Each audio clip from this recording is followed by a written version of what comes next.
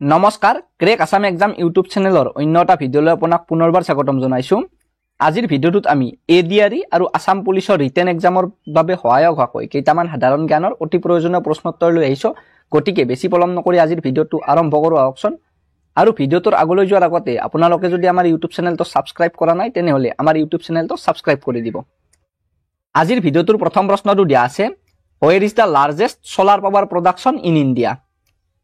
ভাৰতৰ ক'ত সৰ্বাধিক সৌৰশক্তিৰ উৎপাদন হয়? ইয়াত দিয়া থকা অপশ্যন চাৰিটাৰ ভিতৰত শুদ্ধ উত্তৰটো হ'ব এ, ভাৰতৰ ৰাজস্থানত সৰ্বাধিক সৌৰশক্তিৰ উৎপাদন হয়। নেক্সট কুৱেশ্যনটো দিয়া আছে, how many states of India does the tropic of cancer passes through? কৰ্কট ক্ৰান্তীয় ৰেখা ভাৰতৰ কিমানখন ৰাজ্যৰ মাজেৰে পাৰ হৈ যায়?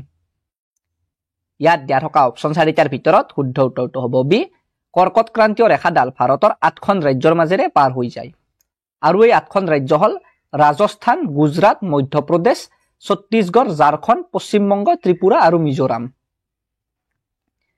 নেক্সট কুৱেশ্যনটো দিয়া আছে, হোৱেৰ is the first iron and steel company of India located? ভাৰতৰ প্ৰথমটো লোৰ তীখা কোম্পানী ক'ত অৱস্থিত?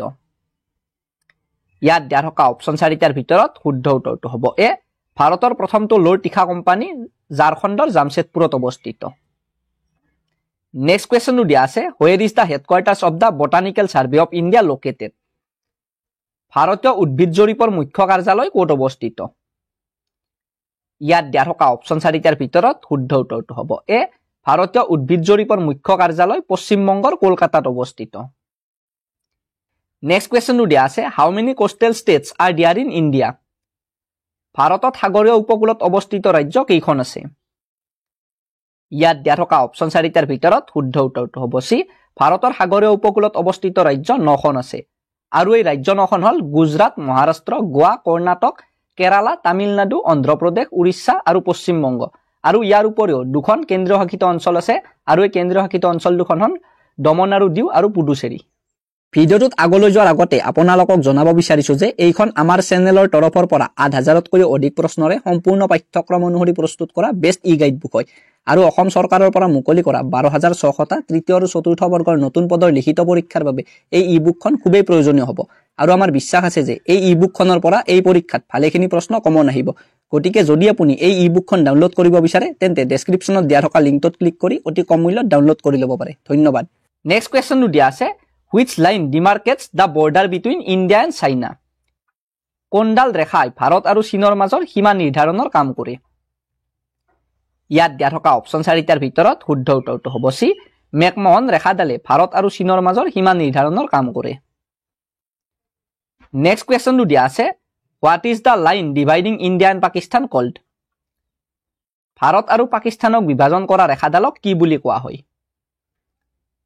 ইয়াত দিয়া থকা অপশ্যন চাৰিটাৰ ভিতৰত শুদ্ধ উত্তৰটো হ'ব এ, ভাৰত আৰু পাকিস্তানক বিভাজন কৰা ৰেখাডালক ৰেড ক্লিফ ৰেখা বুলি কোৱা হয়।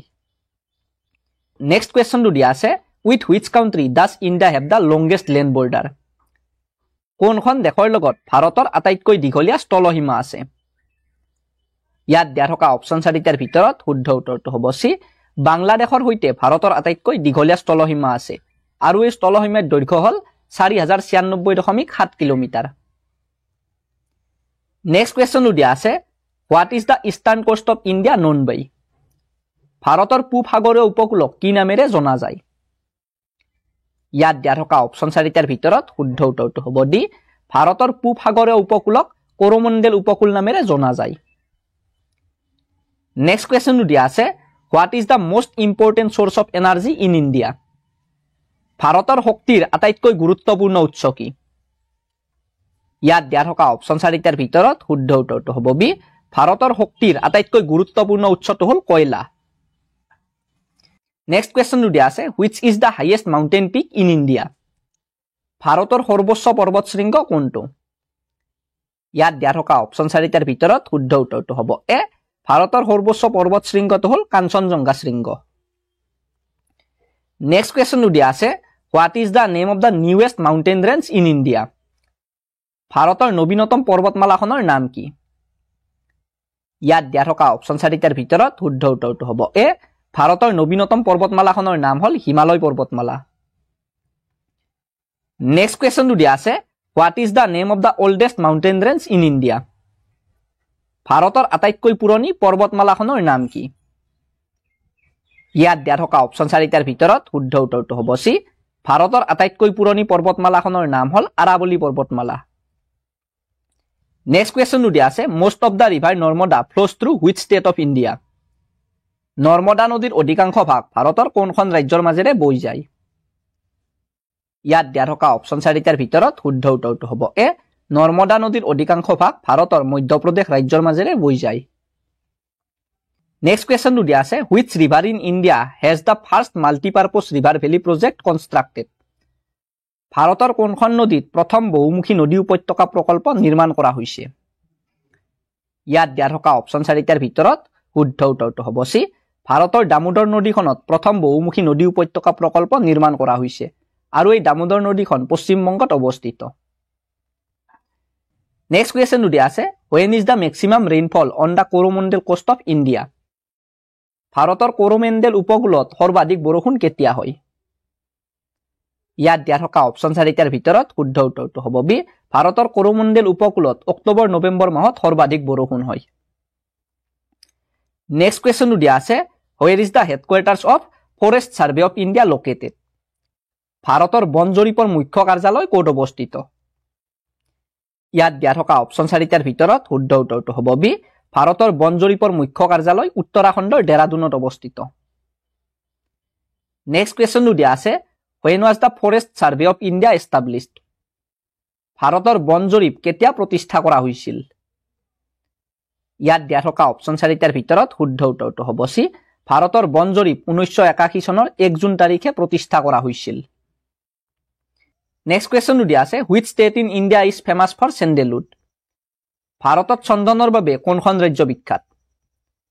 ইয়াত দিয়া থকা অপশ্যন 4টাৰ ভিতৰত শুদ্ধ উত্তৰটো হ'ব চি। ভাৰতত চন্দনৰ বাবে বিখ্যাত ৰাজ্যখন হ'ল কৰ্ণাটক। নেক্সট কুৱেশ্যনটো দিয়া আছে, where is Dudhwa national park located in India? Dudhwa ৰাষ্ট্ৰীয় উদ্যান ভাৰতৰ ক'ত অৱস্থিত? ইয়াত দিয়া থকা অপশ্যন 4টাৰ ভিতৰত শুদ্ধ উত্তৰটো হ'ব চি। দুধৱা ৰাষ্ট্ৰীয় উদ্যান ভাৰতৰ উত্তৰ প্ৰদেশ ৰাজ্যখনত অৱস্থিত। নেক্সট কুৱেশ্যনটো দিয়া আছে, where is Kanha national park located in India? Kanha ৰাষ্ট্ৰীয় উদ্যান ভাৰতৰ ক'ত অৱস্থিত? ইয়াত দিয়া থকা অপশ্যন 4টাৰ ভিতৰত শুদ্ধ উত্তৰটো হ'ব ডি। কানহা ৰাষ্ট্ৰীয় উদ্যান ভাৰতৰ মধ্যপ্ৰদেশ ৰাজ্যখনত অৱস্থিত। নেক্সট কুৱেশ্যনটো দিয়া আছে, which is the largest rice producing state in India? ভাৰতৰ সৰ্বাধিক ধান উৎপাদনকাৰী ৰাজ্য কোনখন? ইয়াত দিয়া থকা অপশ্যন 4টাৰ ভিতৰত শুদ্ধ উত্তৰটো হ'ব চি। ভাৰতৰ সৰ্বাধিক ধান উৎপাদনকাৰী ৰাজ্যখন হ'ল পশ্চিমবংগ। নেক্সট কুৱেশ্যনটো দিয়া আছে, which is the largest peanuts producing state in India? ভাৰতৰ সৰ্বাধিক বাদাম উৎপাদনকাৰী ৰাজ্য কোনখন? ইয়াত দিয়া থকা অপশ্যন 4টাৰ ভিতৰত শুদ্ধ উত্তৰটো হ'ব বি। ভাৰতৰ সৰ্বাধিক বাদাম উৎপাদনকাৰী ৰাজ্যখন হ'ল গুজৰাট। ইয়াৰে আগৰ ভিডিঅ'টোত আপোনালোকক সোধা প্ৰশ্নটো আছিল, when was the Umananda temple built? Umananda মন্দিৰ কেতিয়া নিৰ্মাণ কৰা হৈছিল?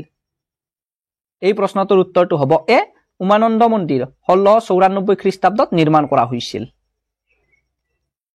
আজিৰ ভিডিঅ'টোৰ প্ৰশ্নটো হ'ল, where is the Bharat dynamics limited centre located?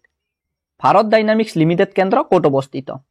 এই প্ৰশ্নটোৰ উত্তৰটো আপোনালোকে কমেণ্ট বক্সত কমেণ্ট কৰি জনাব। নেক্সট ভিডিঅ'টোত ইয়াৰ উত্তৰটো আমি কৈ দিম।